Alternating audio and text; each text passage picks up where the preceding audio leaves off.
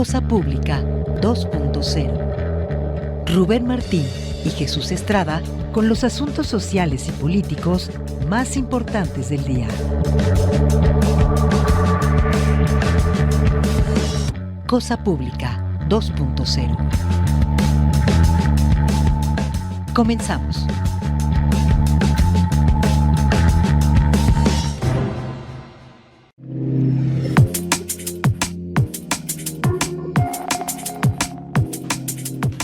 Bienvenidos a Cosa Pública 2.0. Muchísimas gracias por estarnos acompañando, arrancando este viernes 10 de octubre, donde como cada tarde vamos a presentarle una selección de los temas sociales y políticos más relevantes. Sin duda, el tema sigue siendo Gaza, digamos, esta propuesta de plan de paz que va caminando lentamente.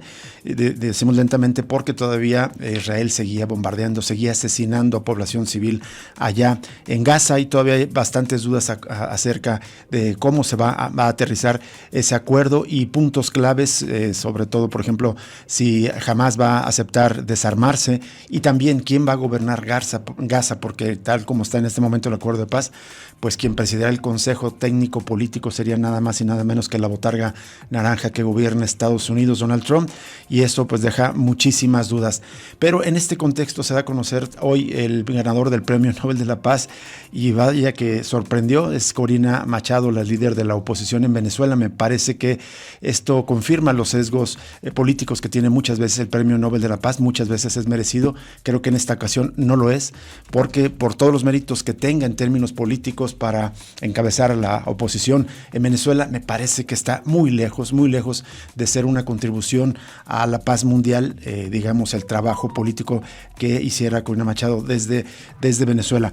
Pero hablaremos de otros asuntos. En unos minutos tendremos una entrevista con Ricardo Valderas, reportero investigador de Poder Latam, quien ha realizado una investigación acerca de cómo se creó el imperio del Grupo México que encabeza Germán Larrea. Este Grupo México que se ha expandido desde la minería, telecomunicaciones, ferrocarriles, y que ahora deja una estela de devastaciones ambientales como el derrame en el río Sonora, y sobre esto se enfoca el reportaje de cómo se creó este grupo de Ricardo Valderas. Hablaremos con él y también presentaremos un trabajo de los compañeros de NTR. Más de 2,000 cuerpos en las fosas clandestinas se han encontrado en el estado de Jalisco. Es el menú de temas que tenemos en esta tarde.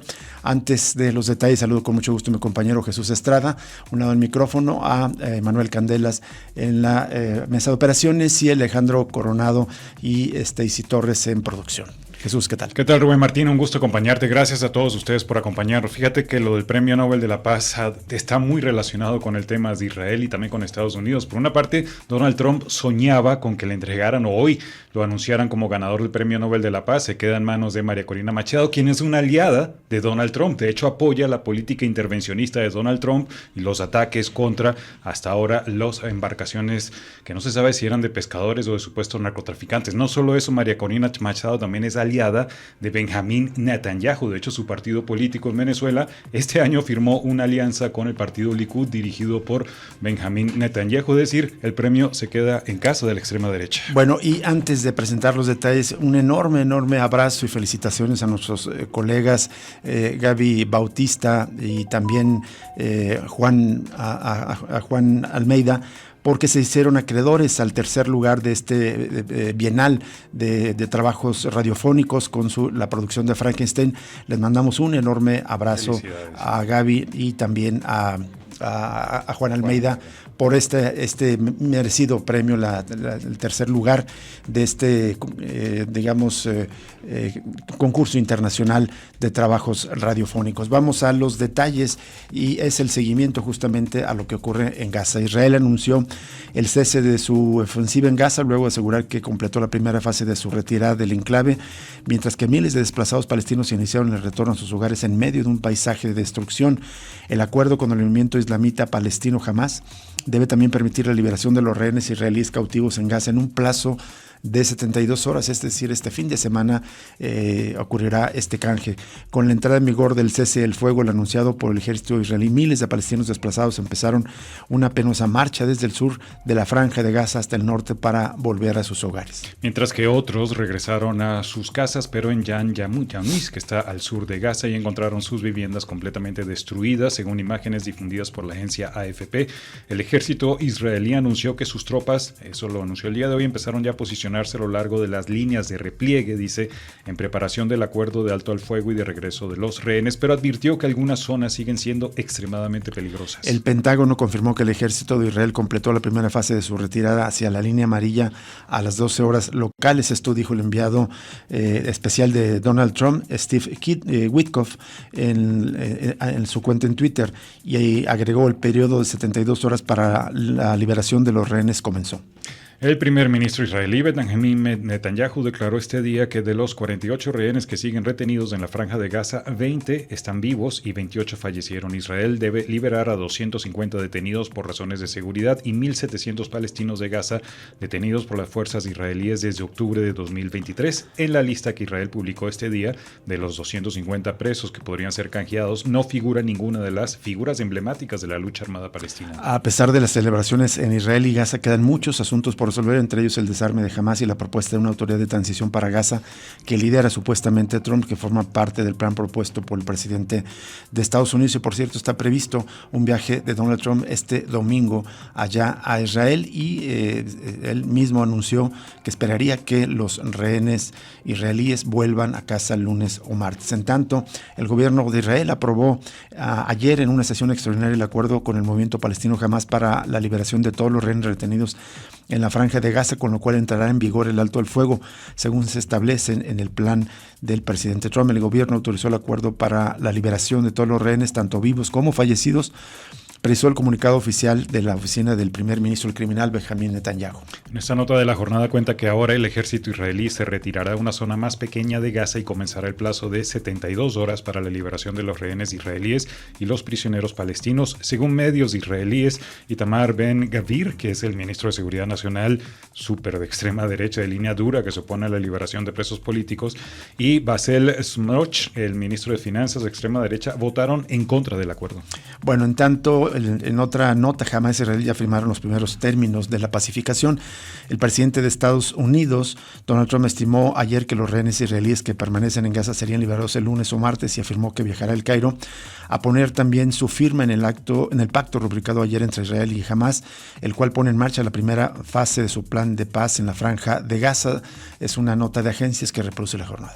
Cuenta que Trump aseguró que habrá un desarme en la siguiente fase de su plan, que Gaza será, dijo, lentamente reconstruida sin que nadie sea obligado a abandonar el territorio, y adelantó que aceptará lo que Israel y Palestina acuerden sobre solución de dos estados, al señalar que no tiene opinión sobre el tema. Dijo que este fin de semana irá a Egipto a plasmar la firma oficial. Lo citamos: ya tuvimos una rúbrica de mi representación, pero tendremos una firma oficial en el documento suscrito ayer entre Israel y Hamás en el Cairo, en el que aceptan el pacto anunciado antier por el mandatario estadounidense. Más tarde, el jefe de Gaza en el exilio, Khalil al-Hayya, proclamó el fin del conflicto y el inicio de un alto al fuego del fuego permanente, luego que el movimiento de resistencia islámica recibió garantías de los mediadores y de Estados Unidos para el cumplimiento de los puntos del acuerdo, y subrayó: las facciones islámicas palestinas seguirán trabajando hasta lograr el establecimiento de un estado independiente con Jerusalén como su capital. Horas antes, Osama Hamdan, alto cargo del grupo, reiteró que ningún palestino acepta desarmarse. Bueno, más adelante cuenta que Tel Aviv se toma el tiempo antes del alto al fuego. Es un recuento todavía hasta el día de ayer. Ya le comentamos ahorita la novedad de que ya lo aceptó, entre otras cosas, pues del intercambio de prisioneros, según este recuento. Y como ya mencionabas en una parte de las notas anteriores, Jesús, Israel se reserva el derecho de liberar algunas figuras importantes del movimiento de liberación palestina. Entre otras cosas, la oficina del primer israelí Benjamin Netanyahu, prófugo de la Corte Penal Internacional por Crímenes de Guerra, puso en peligro el pacto al eliminar unilateralmente el nombre del político palestino Marwan Barghouti de la lista de prisioneros a ser intercambiados, informó un medio de Medio Oriente, Middle East Eye. Barghouti, alto dirigente de Fatah, organización rival de Hamás, es la figura política palestina más popular según las encuestas y era uno de los principales nombres en la lista de liberaciones firmada incluso por el enviado a Estados Unidos, Steve Witkoff. Y en otra nota, pese al acuerdo, Francesca Albanese, la relatora especial de Naciones Unidas sobre los territorios palestinos, denunció que tras el anuncio del presidente Trump de que Israel y Hamás alcanzaron un acuerdo sobre la primera fase de su plan de paz, el régimen de Netanyahu continuaba con los bombardeos contra la Franja de Gaza. En su cuenta en la red social X, Francesca Albanese escribió: alto al fuego en el diccionario israelí, tú cesas, yo disparo. Apenas unas horas después del acuerdo, al igual que en enero, Israel dispara contra los palestinos que esperan regresar a sus hogares. Antes de cualquier siguiente paso, los Estados miembros deben asegurarse de que Israel respete el alto al fuego. Bueno, Estados Unidos no solamente enviará a Donald Trump a firmar, sino también enviará soldados, al menos 200 soldados, va a enviar a Israel para apoyar y monitorear el acuerdo del alto al fuego en Gaza como parte de un equipo que incluye a otras naciones, organizaciones no gubernamentales y actores del sector privado. Esto manifestaron ayer funcionarios de Estados Unidos. Los funcionarios, quienes hablaron bajo condición de anonimato para discutir detalles cuya divulgación no estaba autorizada, dijeron que el Comando Central de Estados Unidos va a establecer un centro de coordinación civil-militar en Israel que ayudará a facilitar el flujo de ayuda humanitaria, así como asistencia logística y de seguridad en el territorio palestino. Las declaraciones proporcionan algunos de los primeros detalles sobre cómo se monitorearía el acuerdo de alto el fuego y cómo el ejército de Estados Unidos tendría un papel en esa labor. Y después de que Israel y Hamás lograron este acuerdo sobre la primera fase de un plan propuesto por el presidente de Estados Unidos para detener los combates, quedan una serie de preguntas sobre los próximos pasos, incluyendo si el grupo del movimiento palestino depondrá las armas, la retirada de las fuerzas de Israel de Gaza y un futuro gobierno en el territorio palestino. Uno de los funcionarios dijo que el nuevo equipo ayudaría a monitorear la implementación del acuerdo de alto el fuego y la transición a un gobierno civil en Gaza. El centro de coordinación estará compuesto por al menos estos 200 militares estadounidenses que tienen supuestamente experiencia en transporte, planificación, seguridad, logística e ingeniería, según el funcionario, quien destacó que no se enviarán tropas estadounidenses a Gaza. Y en otra nota, justamente se da este detalle de que fueron más de 70 personas las que murieron o resultaron heridas tras un ataque aéreo israelí contra una vivienda en el oeste de la ciudad de Gaza. Esto denunció ayer el movimiento palestino Hamás en una jornada en la que las celebraciones por el anuncio de un acuerdo para una primera fase del plan de paz fueron interrumpidas por bombardeos en el enclave palestino. Ahí citan a este testimonio: los aviones de la ocupación cometieron una masacre contra los ocupantes de una vivienda con más de 70 civiles inocentes entre fallecidos y heridos, afirmó el grupo Hamás en un comunicado, y precisó: la mayoría de las víctimas permanecen bajo los escombros del edificio de la familia Gabun, objetivo del bombardeo. A lo largo de la jornada se reportaron ataques en diversos puntos del enclave sin que se diera el reporte de daños. Según las Fuerzas Armadas de Israel, pues supuestamente era una célula terrorista. Más adelante este mismo reporte cuenta que todavía hay miedo entre la población palestina. Hasem Al-Nabin, vocero de la municipalidad de la ciudad de Gaza, dijo en redes sociales que la realidad sobre el terreno no ha cambiado a pesar de los informes de un acuerdo. Por lo tanto, las felicitaciones y las celebraciones pueden no ser la mejor opción en este momento porque todavía se está derramando sangre en Gaza. Antes de irnos, vamos a compartirle un trabajo de la BBC, del portal de la BBC, en donde se pregunta cuáles son los puntos más conflictivos del plan de paz del presidente Trump para Gaza, y dice que se está negociando todavía este plan de 20 puntos, pero entre otros los temas delicados es la estructura para la liberación de los rehenes. El plan de Trump establece un plazo de 72 horas justamente tras alcanzar el acuerdo para que todos los rehenes sean liberados. Se cree que 48 rehenes israelíes permanecen en Gaza, 20 de los cuales se considera que están vivos.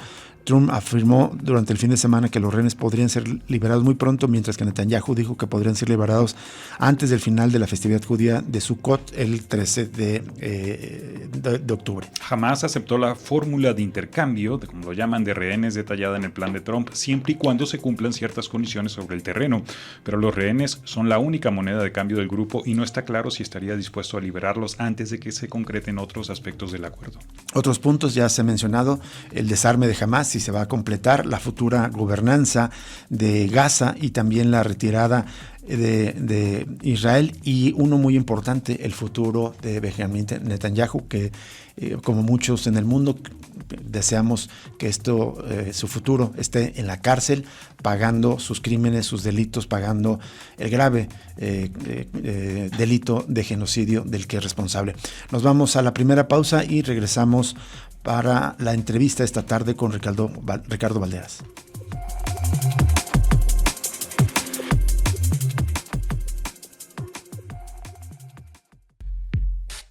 Cosa Pública 2.0.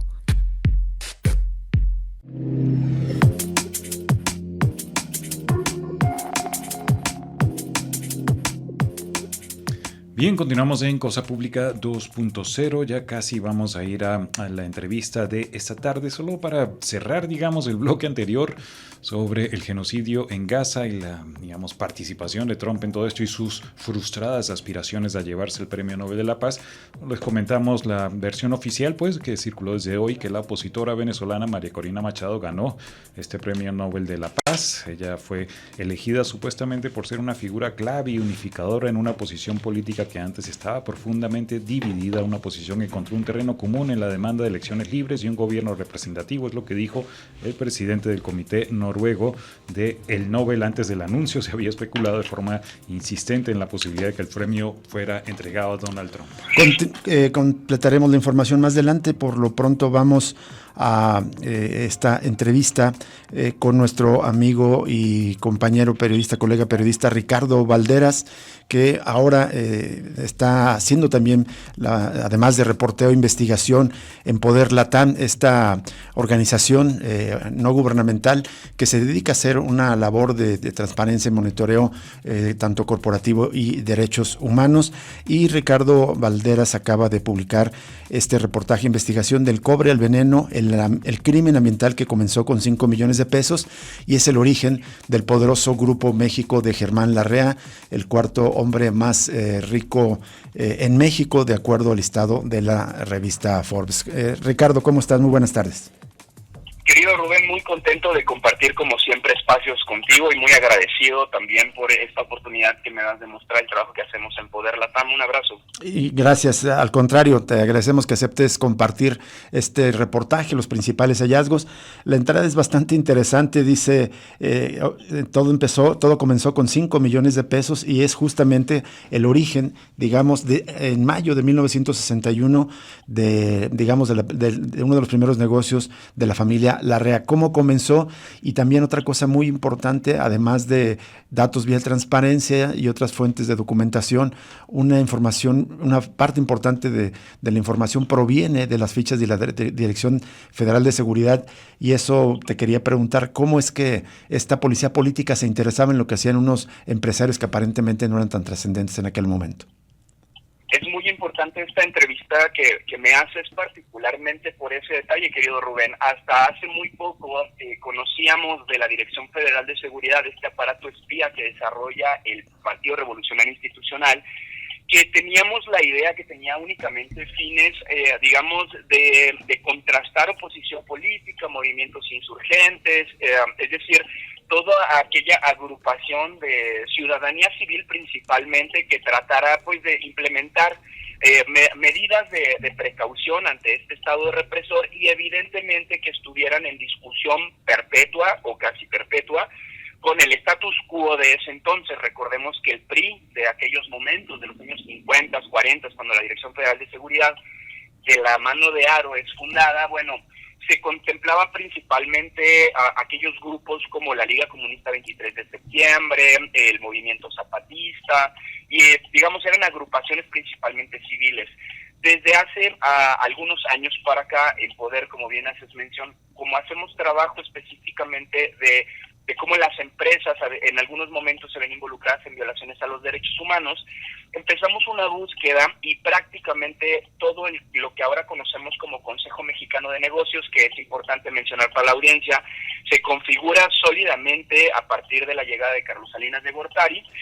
También la policía secreta comenzó a investigar a los magnates, es decir, a quienes ahora conocemos coloquialmente como, los grandes poderes económicos locales que desarrollan pues las entidades federativas, de tal modo que a estas alturas del partido, querido Rubén, en Poder poseemos fichas de la dirección de prácticamente todos los familiares fundadores de las empresas que ahora configuran el Consejo Mexicano de Negocios, dando elementos suficientes como para partir de una premisa en la que podemos asegurar que la policía secreta principalmente buscaba el control y la parte, digamos, de contrarrespuesta a los movimientos de izquierda, insurgentes o comunistas, eran un pretexto más para poder realizar estos actos, que en su mayoría, lo comenta un gendarme que estuvo adscrito a la Dirección Federal de Seguridad de Jalisco, que vamos a nombrar José 1 por su propia petición, que es el mismo que Jesús Esquivel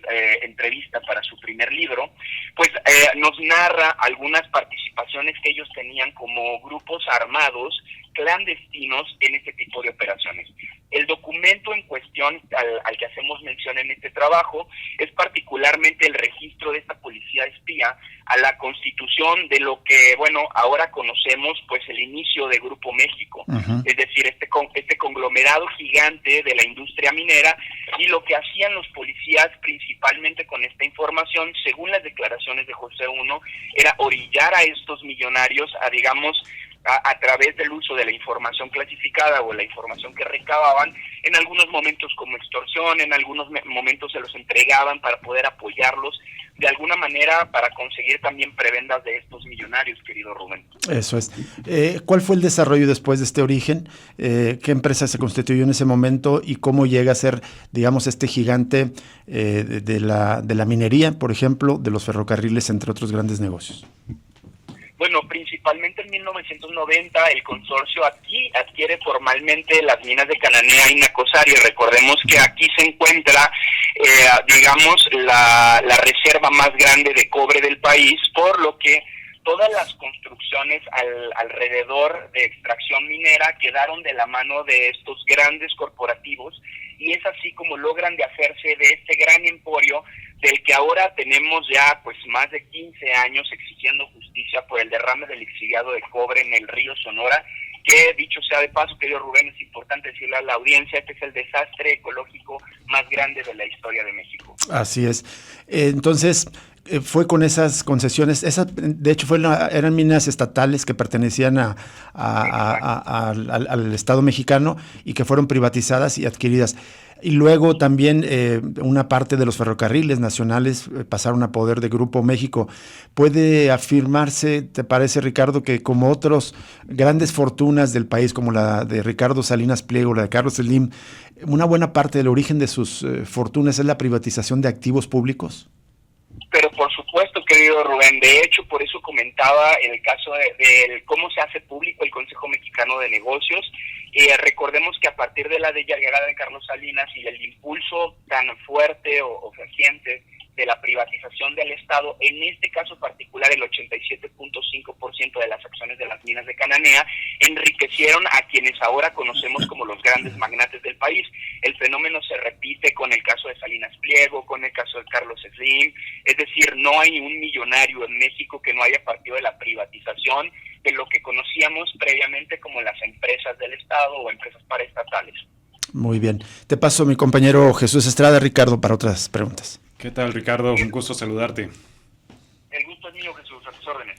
Pues preguntarte, las cosas no han cambiado en el actual gobierno. Quería preguntártelo por dos aspectos. Bueno, actual gobierno o el actual régimen de Morena, desde el gobierno de López Obrador y ahora actualmente de Claudia Sheinbaum. Pues las cosas no han cambiado, sobre todo, a ver si nos recuerdas para el auditorio los pendientes que tiene Grupo México después del desastre ambiental de 2014, que ha sido considerado el peor en la historia de México. Sí, mira, de los pendientes podemos decir como avance que el compromiso actual o el compromiso del nuevo gobierno encabezado por Claudia Sheinbaum es el de la sanitización del río y el del acceso a la salud. Sin embargo, también es importante decirle a la audiencia que aún, por ejemplo, el fideicomiso del Grupo México, que desapareció con el único objetivo de no hacer que la empresa pague lo que debe, que de hecho el cálculo es aproximadamente 5 centavos de peso por persona colindante a las inmediaciones del río Sonora, lo cual de por sí ya era un monto muy inferior. Bueno, también la empresa al mismo tiempo ha continuado este esquema. Estamos hablando de un solo derrame, pero los accidentes han sido varios. Ninguno de ellos ha, por ejemplo, derivado en un caso de prisión o investigación. De hecho, lo único que se había logrado era este fideicomiso que, como lo podemos ver cuando habitamos las inmediaciones de Sonora, particularmente de Hermosillo, y esto es en específico importante para la población de Hermosillo porque esta cadena de ríos es justo punto en donde plantan ellos su siembra, al mismo tiempo que es de la misma agua en la que se alimentan los peces de las presas. Hay 2 presas previas a la ciudad de Hermosillo, es decir, todo río abajo está contaminado, y la empresa hasta el día de hoy sigue sin tener imputados por el caso, el fideicomiso no se ha restaurado, las plantas de tratamiento que fueron una promesa del gobierno anterior siguen sin estar activas, y tampoco hay unidades médicas especializadas para atender enfermedades crónico-degenerativos, que son las derivadas de coexistir en un ambiente altamente contaminado, querido. Es terrible. Y el contraste, digamos, es que mientras están esos pendientes, esa deuda, pues el Grupo México todavía tiene un poder impresionante que pudo haber escalado en estas semanas, que se anunció la intención de comprar el banco Banamex, Citigroup, algo que rechazó Citi, pero bueno, ahí estaba la intención, da cuenta del poder económico que aún tiene, ¿no? Exacto, es bastante grave que una empresa que se puede dar el lujo de comprar una banca comercial, es decir, imaginen, esto que acabas de decir también me parece sumamente relevante porque, por ejemplo, los Bayeres también tenían acciones en la banca privada de la misma cadena bancaria. Sería, de alguna manera, si las autoridades bancarias hubieran aceptado esta transacción, hablaríamos de que las minas y los bancos, que son 2 de los principales activos financieros de este país, además, porque recordemos que además de la deuda es la extracción de cobre y minerales estratégicos, los principales recursos, además del petróleo en el país, bueno, estaríamos hablando de oligopolios, querido. Es así de grave, de una empresa que además no ha cumplido con lo que marca la ley. La restauración del daño a las inmediaciones del río y a la gente que la habita está en la ley. Lo que estamos esperando es que tanto la Suprema Corte, que dicho sea de paso, está en mitad de transición, pues tenga una postura, digamos, más firme frente a esto, pero al mismo tiempo lo más urgente es que las personas que fueron dañadas por el derrame lixiviado de cobre ocurrido ya hace 15 años, pues sean atendidas. Tenemos varios casos de niños con metales pesados en la sangre. Cada mes de agosto ustedes podrán consultar en poderlatam.org investigaciones al respecto de todas las implicaciones que han ocurrido al coexistir en un espacio altamente contaminado. Exacto. Ricardo, una última pregunta de mi parte es, también en el reportaje, en la narración, digamos, del crecimiento histórico del Grupo México, comentas que hacia los años 90 es cuando empieza sobre todo su consolidación fuera del país como una transnacional de poder, sobre todo en América Latina. ¿También tiene escándalos Grupo México por desastres ambientales y sociales en otros países de la región? Bueno, yo tengo identificados particularmente Chihuahua, Pacífico, Nacosari, es decir, principalmente en donde se ubican tanto minería a cielo abierto, dado las condiciones que esto implica para el estar inhalando estos metales. En el extranjero yo no me atrevería a decir que tienen un escándalo de este tamaño, es decir, el derrame del lixiviado de cobre es lo suficientemente alarmante como para contaminar un estado entero, que además es uno de los estados más grandes de México. Recordemos que muchos de los países de América Latina podrían caber dentro de Sonora por lo grande que es. Entonces, creo que el conflicto más grave que ha tenido Grupo México, sin lugar a duda, es lo ocurrido en Nacosari. De acuerdo, gracias, Ricardo. En otra publicación también de Poder, se hacía el recuento de incidencias de Grupo México y también se recordaba las protestas que ocurrieron en Arequipa en 2007 de agricultores de esa zona que rechazaban el proyecto de cobre Tía María. Ahí no tanto un derrame, sino que las protestas dejaron 4 personas fallecidas y más de 20 heridos de bala. Es decir, sí que creó una conflictividad social también en Perú. Finalmente, Ricardo, volviendo al derrame acá en el río Sonora, entonces prácticamente ha quedado impune el Grupo México y Germán Larrea frente a su responsabilidad en este desastre ambiental que ha afectado a unas 22,000, 24,000 personas. Yo me atrevería a decir que sí, querido Rubén, nadie o pocos periodistas mejor que tú conocerán de los movimientos que han surgido desde Cananea hasta Hermosillo. En México tiene una deuda histórica con Cananea. No solo es la implementación de minas, la contaminación de los ríos, es el desplazamiento de los pueblos originarios, claro, es el acaparamiento de las empresas, porque prácticamente el 43% del territorio en Sonora está concesionado al poder capital, querido amigo. Esto quiere decir que se ha ponderado el poder económico sobre la vivienda, es decir, actualmente hasta el aparato educativo en Sonora está cooptado por el poder económico, es decir, los lugares en donde se estudia minería se concentran particularmente en donde están, y en muchas de las ocasiones son las mismas empresas mineras las que de la mano, también hay algunos reportajes en este repositorio del que hablas, en donde tenemos la lista de desastres ecológicos de Grupo México, en donde pues narramos también esto, ¿no? Cómo se apoderan del agua, de las escuelas, de los gobiernos, es decir, parece un aparato sistemático de desplazamiento de la población en Sonora. Eso es, muy bien. Muchísimas gracias, Ricardo Valderas, por compartir los puntos centrales de este reportaje que ya compartiremos también en nuestras redes sociales. Te agradecemos este enlace. No, hombre, gracias a ustedes dos. Para mí siempre va a ser un honor compartir espacios contigo, querido Rubén. Igualmente, Ricardo. Un abrazo. Ricardo Valderas, reportero investigador de Poder Latam. Vamos a compartir este reportaje en redes sociales. No sé cuánto cueste exactamente remediar este desastre ambiental y ofrecer seguridad y salud a toda la población afectada. De hecho, se había creado un fideicomiso por 2,000 millones de pesos. Supongamos que sea más, que sea incluso 5 veces más, 10 millones de pesos o 20 mil millones de pesos. ¿Sabe cuál es la fortuna de Germán Larrea Mota Velasco y de la familia?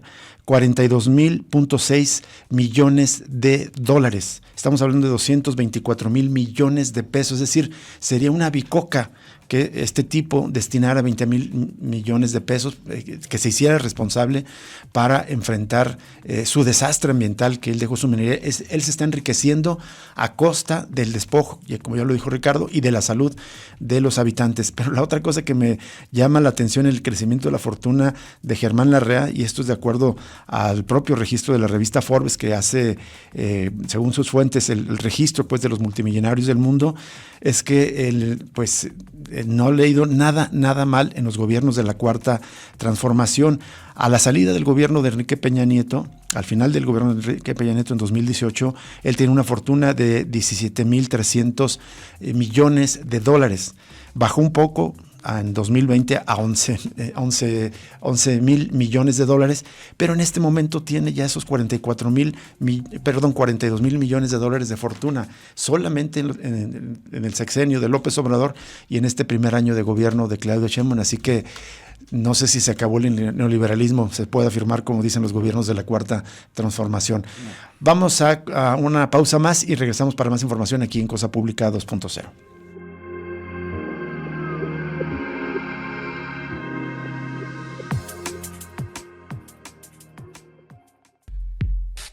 Cosa Pública 2.0.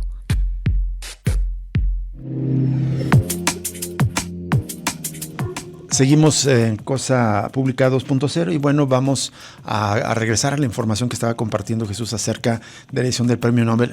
Es un fiasco la designación del Premio Nobel de este año. Ya compartió Jesús, lo compartí también al principio, se le dio a la líder opositora venezolana María Corina Machado.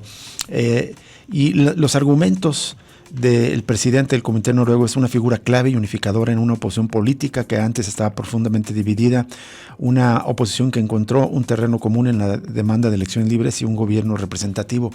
¿A cuántas figuras políticas en el mundo no reunirían, digamos, estas características? De verdad me parece absurdo. Se supone que el Premio Nobel de la Paz es para premiar a aquellos que hacen contribuciones importantes justamente a la pacificación, a la paz del mundo, o en el caso de algunos personajes que mediante la paz han afirmado, digamos, o enfrentado a gobiernos autoritarios o a dictaduras. Antes del anuncio se había especulado, volvemos a la nota que publica La Jornada jornada de agencias, se había especulado de forma insistente sobre la posibilidad de que el premio fuese concedido al presidente de Estados Unidos, Donald Trump, alimentada en parte por el propio mandatario, pero los observadores afirmaron que sus posibilidades eran remotas a pesar de sus notables intervenciones en política exterior de las que se ha atribuido el mérito. Fíjense, entre los grupos citados antes del anuncio de María Corina Machado como posibles ganadores por el Instituto de Investigación para la Paz de Oslo estaban las salas de respuesta de emergencias de Sudán, donde hay que recordar que también se está llevando a cabo una matanza de civiles enormes. También estaba incluida una red comunitaria que se ha convertido en la columna vertebral de la respuesta humanitaria de este país en guerra civil. Estaba incluida también la Corte Internacional de Justicia y la Corte Penal Internacional y el Comité para la Protección de los Periodistas con sede en Estados Unidos. Me parece que cualquiera de estos tenía más mérito que, en lo personal, me parece que María Corina Machado. Incluso también, por ahí he escuchado hablar, Rubén, ¿por qué no Francesca Albanese también, claro, con el Premio Nobel de la Paz? El año pasado el galardón recayó en Nihon Hidayakyo, un movimiento de base de sobrevivientes japoneses de bombardeos atómicos que llevan décadas trabajando para mantener el tabú en torno al uso de las armas nucleares. El de la Paz es el único de los Nobel que se otorga en Oslo, Noruega. 4 de los otros premios ya han sido anunciados en la capital sueca, Estocolmo, esta semana. El de Medicina, Física, Química y Literatura. El Nobel de Economía se anunciará el lunes. Tanto, pues, la Casa Blanca manifestó este viernes su inconformidad con la decisión del Comité Noruego al galardonar con el Nobel de la Paz a la opositora venezolana María Corina Machado, en lugar del presidente Donald Trump, que lleva meses defendiendo sus merecimientos del premio a través de su labor para terminar con los conflictos mundiales. Ojo, conflictos que en muchas ocasiones él mismo ha atizado. Ejemplo, el genocidio en Gaza. No hubiera existido este genocidio en Gaza sin el apoyo económico, militar y diplomático de Estados Unidos a Israel. Es decir, aparece como mediador y ahora quiere colgarse la medalla de que yo lleve a la paz, cuando él es uno de los principales responsables y promotores de esta guerra. Lo mismo en Ucrania y seguramente en otras partes del mundo. Pero la mayor ironía, Rubén, si se lo hubiese ganado Trump, es que si bien supuestamente hacia el resto del mundo está promoviendo la paz, esto entre comillas, porque en realidad ni siquiera hay en ninguno de estos casos que él nombra, hay un acuerdo formal firmado hasta ahora. Estamos esperando a ver lo de Gaza.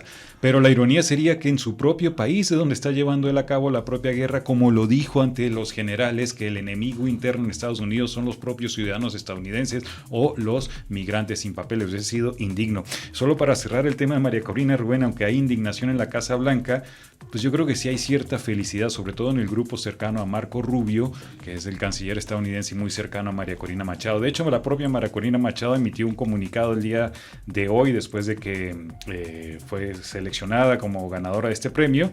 Un mensaje enviado a Donald Trump dice: hoy más que nunca contamos con el presidente de los Estados Unidos, es decir, pues que está de acuerdo con él, y pues no es nuevo porque a lo largo de los últimos años y desde la clandestinidad ha ofrecido entrevistas a diferentes medios internacionales donde María Corina pues ha respaldado la política intervencionista de Estados Unidos. Y no solo eso, ya lo dejamos en redes sociales, hay un buen reportaje de La Izquierda Diario en Venezuela donde hace un recuento, dicen ellos, de las acciones golpistas, según señalan ellos, dentro de la propia Venezuela, apoyadas por María Corina, pero también es la alianza con el partido Likud de Benjamín Netanyahu, muy cercana a ella, a Netanyahu, es decir, apoya, digamos, el genocidio. Un fiasco la designación de María Corina Machado como la ganadora del premio Nobel.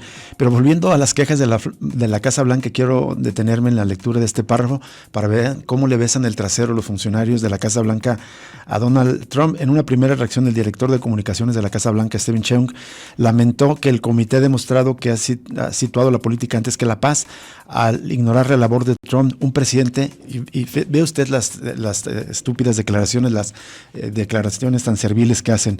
Un presidente con el corazón de un humanitario. Nunca existirá otra persona como él que es capaz de mover montañas por pura voluntad, manifestó el presidente Trump, que continuará negociando acuerdos de paz, terminando guerras y salvando vidas. Es decir, sí, todo un personaje que merece ese y todos los premios.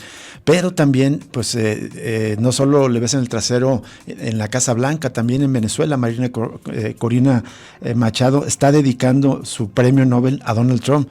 En una nota de la jornada dice que la receptora del premio Nobel, María Corina Machado, está dedicando este premio a Donald Trump. Dice: que Machado se comprometió, bueno, hacen en este recuento de Democracy Now! También un recuento como de sus posturas, que entre otras cosas se comprometió a privatizar la industria petrolera estatal venezolana, tal como Milei está prometiendo privatizar prácticamente todos los activos estatales allá en Argentina. Por eso digo que al final el premio se quedó en casa, es decir, aliados de Trump, de la extrema derecha, pero para ser justos, pues esos premios están desprestigiados, en mi opinión, desde hace muchos años. Incluso Barack Obama, hay que recordar, fue ganador del Premio Nobel de la Paz y en mi opinión no se lo merecía para nada tampoco.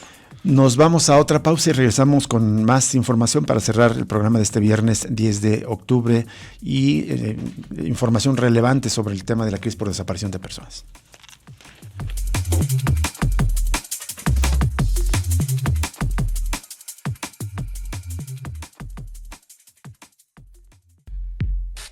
Cosa Pública 2.0.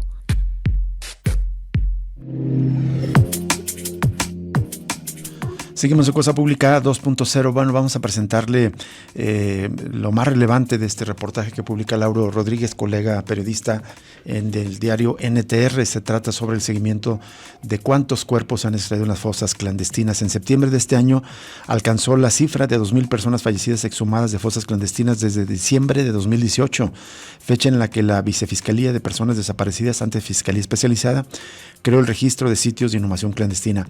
Ayer esta Vicefiscalía actualizó la plataforma a septiembre de 2025 y así se alcanzó un gran total de 2,040 víctimas extraídas de las fosas clandestinas, de las cuales 194 fueron halladas en los primeros 9 meses de este año.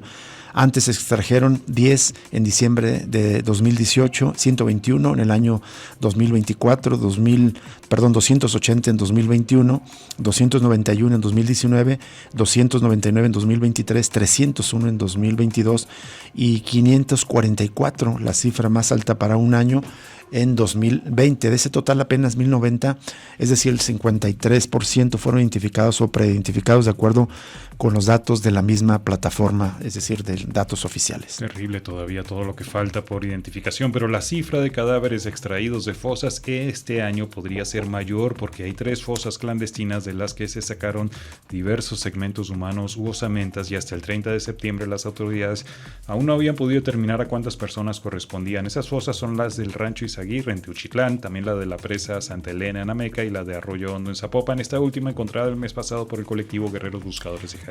En hacen un recuento que durante septiembre de este año la Vicefiscalía de Personas Desaparecidas documentó el hallazgo de 5 fosas clandestinas, todas aún en procesamiento. La primera es conocida como Camino al Alemán en Zapopan. En el registro aparece como Nextipac, la cual fue hallada el 6 de septiembre por Manos Buscadores de Jalisco.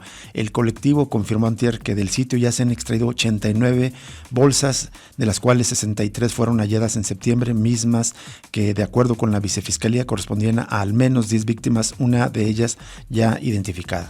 Pero en el recuento de la autoridad también se incluyen 3 fosas encontradas por el colectivo Guerreros Buscadores de Jalisco. Además de la de Arroyo Hondo, se incluyen 2 en Ixtlahuacán de los Membrillos, donde encontraron 3 cuerpos. Y por último, la Vicefiscalía agregó una fosa encontrada en el Cerro de la Silla, en Tlajomulco, de la que se ha extraído hasta ahora un cuerpo. Y justo hablando de fosas clandestinas, los cuerpos desmembrados de 10 personas han sido localizados hasta ahora en las 2 fosas clandestinas de la colonia Ángeles en Estipac de Zapopan. Las excavaciones fueron descubiertas el pasado 5 de septiembre por integrantes del colectivo Manos Buscadoras en una brecha cercana a la carretera que conduce a Nestipac y camino al Alemán.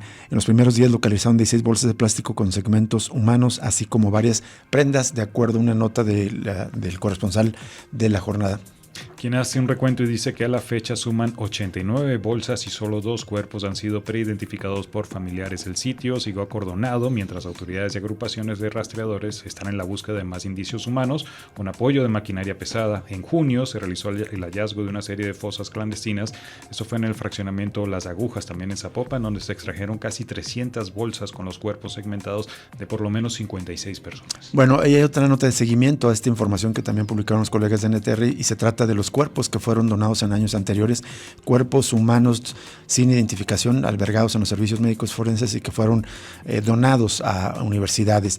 El colectivo Luz de Esperanza interpuso una queja ante la Comisión Estatal de Derechos Humanos de Jalisco tras darse a conocer en este diario que entre 2015 y 2018 el Instituto Jalisciense de Ciencias Forenses donó 151 cuerpos a diferentes universidades y no les dio seguimiento para identificarlos y regresarlos a sus familiares. Antes de interponer la queja, la agrupación de familias publicó un comunicado donde recriminó el actuar de las autoridades tanto por la entrega de los cuerpos sin cumplir con el marco legal como por el manejo de las cifras entregadas vía transparencia.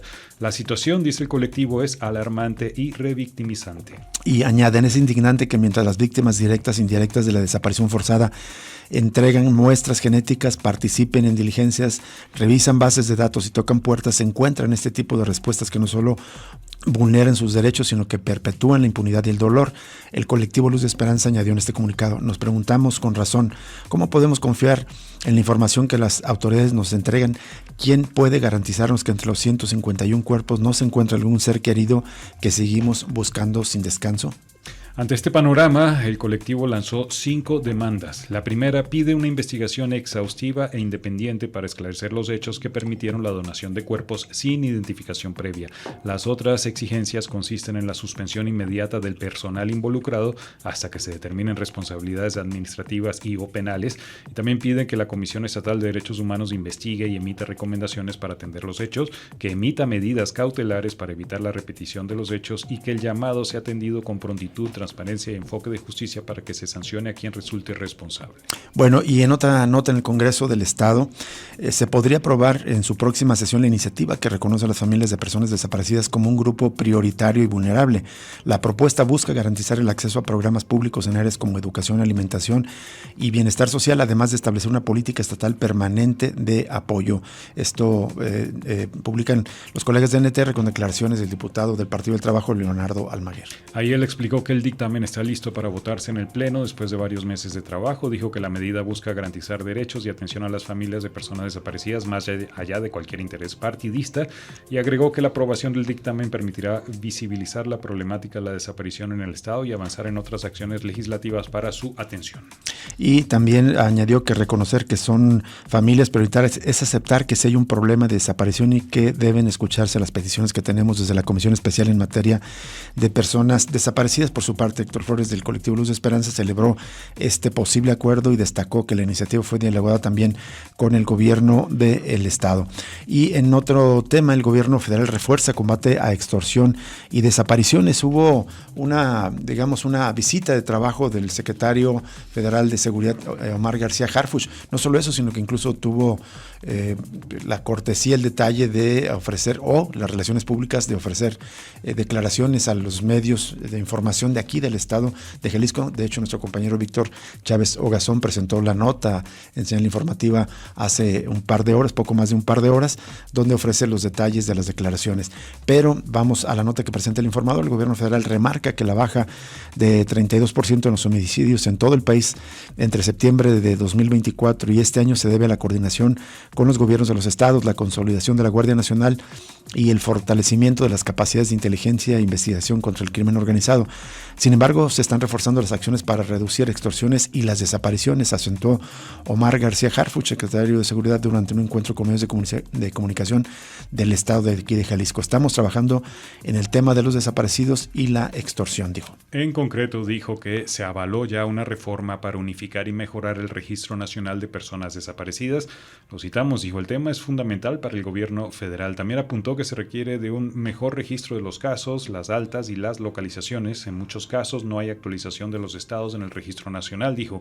Lo primero es saber cuántos desaparecidos hay y homologar los criterios de búsqueda, y las detenciones son relevantes. Una premisa es que si no detenemos a quienes cometen los delitos, difícilmente bajarán los índices. Eso es muy importante. Ojalá lo impulse él y lo resuelve el gobierno federal. Si no se está deteniendo a quienes cometen las desapariciones, difícilmente se detendrá este problema. Antes el secretario Omar García Harfuch afirmó que el tema es fundamental para el gobierno federal el tema de los desaparecidos. Y habló sobre el reclutamiento de jóvenes por parte del crimen organizado y él enfatizó que se trabaja con inteligencia y que se han dado de baja 90 sitios en internet, y lo citan: lo hemos estado combatiendo y hemos localizado a personas. Detalló que en marzo pasado fue detenido José Gregorio N., el comandante Lastra, principal reclutador de jóvenes para un grupo criminal relacionado con el rancho Izaguirre en Teuchitlán, municipio donde aseguraron otro predio y detuvieron a personas que tenían fichas de desaparecidos. Bueno, más allá, digamos, de estas declaraciones positivas, el caso sigue pendiente de ser esclarecido. Pero bueno, ya finalmente, en cuanto a los operativos en centrales camioneras contra el reclutamiento, Harfuch recordó que el gobernador Pablo Lemus propuso aumentar las medidas de seguridad y se trabaja en ello, dijo, así como con un mayor control para identificar a los pasajeros. Insistió en que la coordinación es fundamental con los estados, dijo el gobernador. Pablo Lemus ya fue invitado en 2 o 3 ocasiones con el Gabinete de Seguridad Federal y eso significa más coordinación para operar mejor. Bueno, y antes de irnos hay otra nota que ya le compartiremos en extenso en nuestras redes sociales. Pese a que el gobierno de México impulsa la implementación de la clave única de registro de población biométrica, la CURP biométrica, argumentando que entre sus ventajas ayudará a la localización de personas activistas y familiares de desaparecidos, cuestionaron la utilidad de este documento. Según las autoridades, la nueva versión de la CURP apoyaría los procesos de investigación y localización en casos de ciudadanas y ciudadanos reportados como ausentes y o no localizables, que, según la Secretaría de Gobernación, son más de 130,000. Durante el conversatorio Voces de Esperanza, Diálogos hasta Encontrarles, habló Santiago Corcuera, académico del Departamento de Derecho de la Universidad Iberoamericana y expresidente del Comité de Naciones Unidas contra la Desaparición Forzada.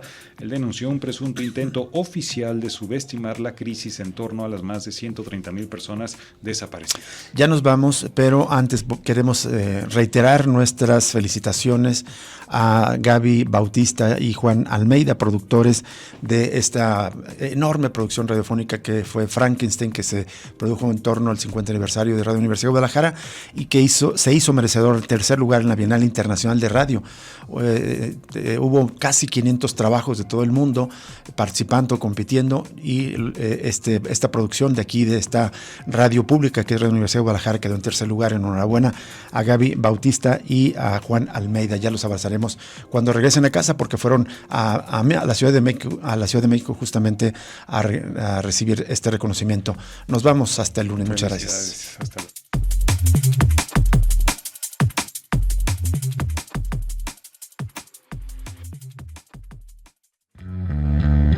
Radio Universidad de Guadalajara presentó